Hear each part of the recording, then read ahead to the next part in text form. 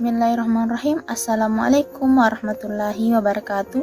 Perkenalkan, nama saya Nur Fatima, NIM 19100 063 Prodi Pendidikan Agama Islam. Yang terhormat Bapak Dr. Usmanur SAG MAG selaku dosen pengampu kami dalam mata kuliah Media dan Sumber Belajar PAI, serta teman-teman sekalian dari klaster 1, klaster 2, klaster 3, dan klaster 5 yang saya hargai.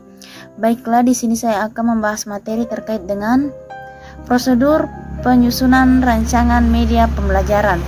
Baiklah, langsung saja.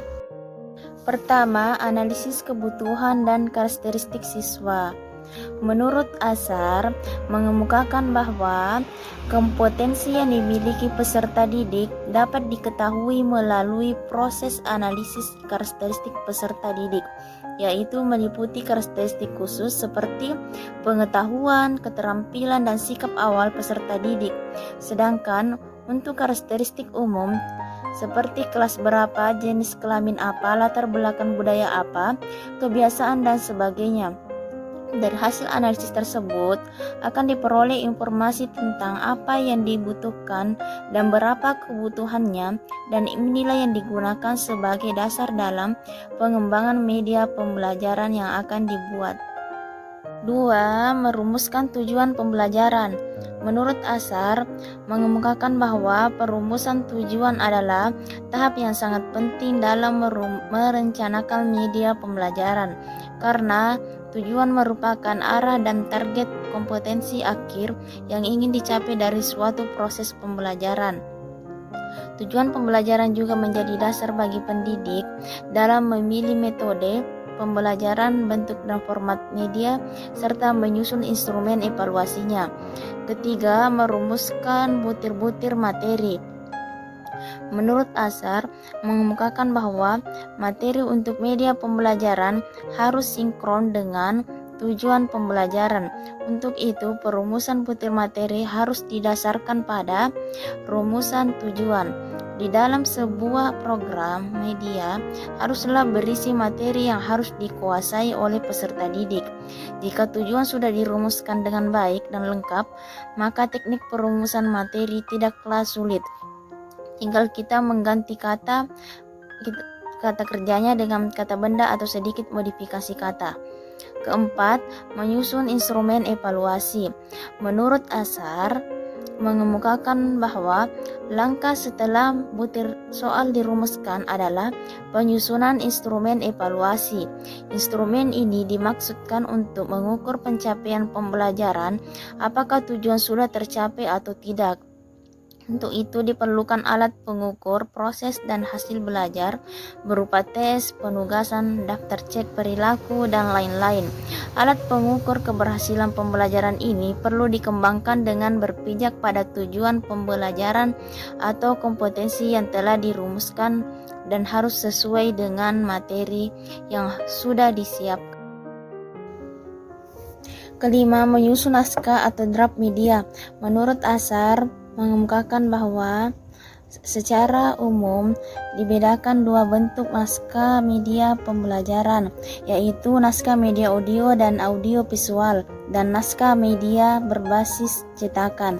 Pada media jenis audio dan audio visual, naskah dikatakan sebagai outline dari program media yang akan dibuat.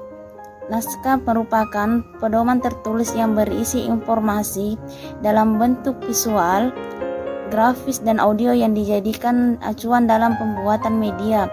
Sementara pada media berbasis cetakan, menulis naskah sesungguhnya merupakan kegiatan menyusun media atau prototipe media itu sendiri, misalnya modul, buku ajar, dan sebagainya.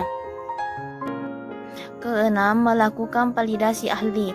Menurut Azhar, mengemukakan bahwa setiap naskah dan prototipe media pembelajaran yang sudah selesai disusun sebaiknya divalidasi oleh tim ahli yang terdiri dari ahli materi dan ahli bahasa. Ahli materi mengkaji aspek sajian materi dan aspek pembelajaran. Dari aspek materi misalnya, kesesuaian materi dengan kurikulum atau standar isi, kebenaran, kecukupan, dan ketepatan pemilihan aplikasi atau contohnya. Sedangkan ahli bahasa mengkaji kaidah dan pilihan kata sesuai dengan karakteristik sasaran serta aspek kebahasaan secara menyeluruh. Aspek meliputi pilihan kata, penggunaan kalimat, hubungan antar paragraf, tanda baca, ejaan, dan sebagainya. Khusus untuk naskah bagi pendidikan informal misalnya, berupa sinetron, kartun, dan sebagainya, perlu juga dikaji oleh ahli psikologi. 7. Melakukan uji coba atau tes dan revisi. Menurut Asar mengemukakan bahwa media atau prototipe media yang sudah selesai dibuat selanjutnya kemudian diuji cobakan dalam kegiatan pembelajaran. Uji coba ini dimaksudkan untuk melihat kesesuaian dan efektivitas media dalam pembelajaran. Hal ini diperlukan karena kadang-kadang apa yang dikonsep oleh penulis dan para ahli belum tentu sesuai dengan kenyataan di lapangan. Hal ini terutama yang berkaitan dengan pemilihan aplikasi atau penerapan konsep dan pilihan kata atau bahasa. Dalam uji coba diperlukan bantuan teman sejawat sebagai pengamat. Untuk itu perlu disiapkan instrumen penilaian berupa lembar observasi atau pengamatan yang akan diisi oleh pengamat yang ditunjuk.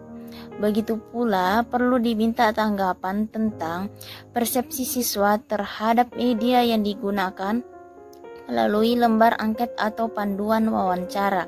Seringkali menurut kita bahasa sudah mudah dipahami, tetapi ternyata di lapangan siswa tidak bisa memahami apa yang kita maksudkan. Hasil dari uji coba lapangan ini dijadikan bahan perbaikan dan penyempurnaan media pembelajaran yang dibuat. Wallahu a'lam bishawab. Sekian dan terima kasih.